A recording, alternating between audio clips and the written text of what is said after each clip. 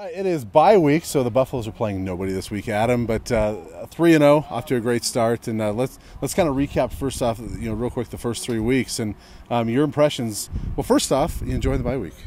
I am. I think it's refreshing for everybody involved with this program. A lot of years we've had a later bye week, there was the 1 year where they played at Hawaii and had 13 straight games, and it's nice to get a little bit of a break, and obviously the players deserve it. Mike McIntyre said there was a little rust, but when you've got almost 2 weeks to prepare for the next team, you're going to be fine with that. Yeah, last year's bye week with 1 game left was almost useless. Mm-hmm. So this year maybe a little early. I think more mid-season was probably preferable, but I think this bye week is a good time for this team with some bumps and bruises they have right now, especially Laviska Shenault, guys like that. It sounds like this is coming at a good time. Do you agree?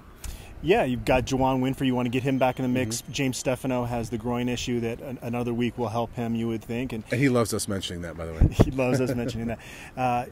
The Nebraska game, a lot of guys got banged up. So even guys that played against New Hampshire, I think, kind of needed this week as well. And it kind of, as Mike McIntyre said, they come down to these to the outside practice fields where they had camp, and he said he felt like they found something really special during camp, and so kind of hit the reset button a little bit, work on some things like punt return issues, which you brought up with Mike McIntyre today. Yeah, and that we've all seen it, and I asked him about it after the first week because Ronnie Blackman made a couple decisions in that game that were, and they weren't disastrous, but he fielded the punt. A few punts inside the 10. It could have been disastrous. Could have been, but he fields him inside the 10, and I asked him about that, and he goes, we're working on that. Well, he called what happened against New Hampshire the other day the worst in his 29, 30 years of coaching. It was not good, and it was not just Ronnie. I mean, Donovan Lee was back there one time and fielded one that they got pinned down near the 1. So, he said they're working on that, and that's certainly got to be fixed because that's something that hasn't hurt him yet, but it very well could. That's something that's made me nervous watching for the last couple of years. Even Isaiah Oliver had that long return against UCLA, but he even seemed kind of unsure back there. Jay McIntyre, aside from that one game against Arizona State, I know he's got a bigger role on offense now, but he's the guy I feel most comfortable back there, honestly, aside from that one isolated incident.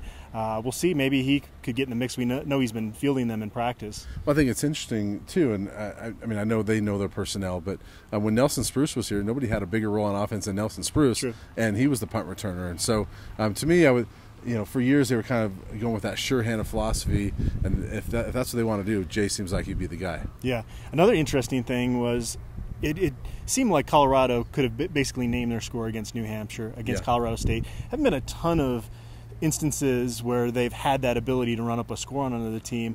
And wanted to ask Mike McIntyre today if he's got a philosophy, and he was very blunt about the fact that has no place in college football. So any CU fans out there wondering why if they definitely take their foot completely off the gas pedal and just try to run the clock out, it's pretty obvious that that's the case. Yeah, and I even asked him a follow-up to that. How do you balance that with, I'm sure he wants to see Tyler Lytle throw the ball as a third-string quarterback. He's like, well, if the situation is there, then we'll do it, but not at the expense of running up a score and embarrassing a team. And I give him credit for that. I mean, there's a lot of teams that are happy to embarrass a team to look good for the polls.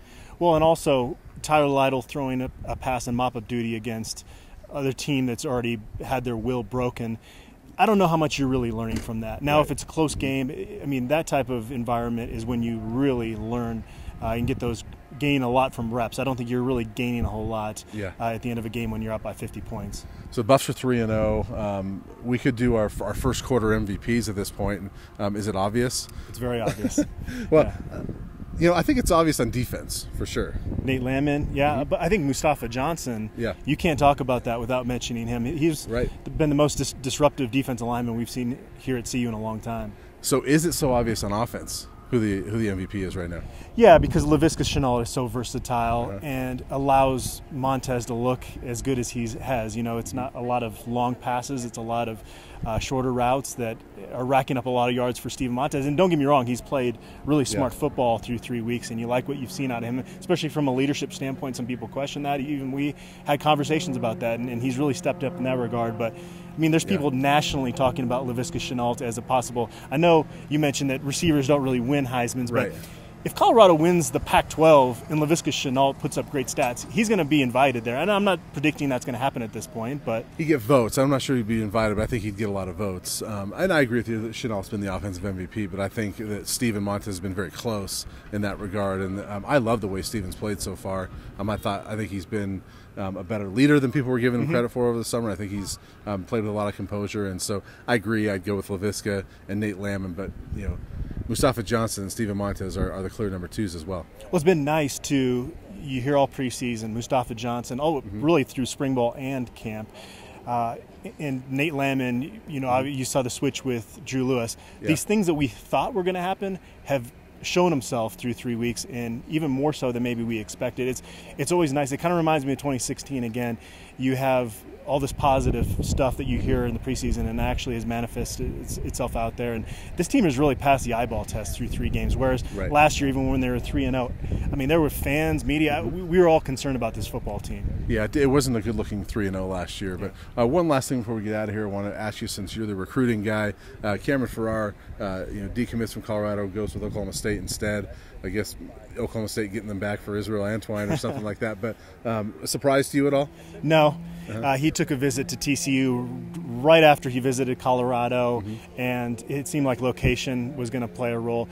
It's one of those situations when he committed here, it was one of his few power conference options, and you haven't seen it a ton actually with CU in recent years. They've had other schools come in and try to poach guys, and they've really been able to hold on to the Davion Taylor, Delrick Abrams. It's been pretty impressive to hold off those other programs, but sometimes you do see it where a kid kind of makes a reservation more so than a commitment, and Cameron Farrar always seemed like that type of commitment to me. Is he one that they would continue pursuing at this point, or is that ship sailed? That's ship sailed because he had strung them along again with the TCU visit, and they wanted a final answer, and I think now they kind of have that.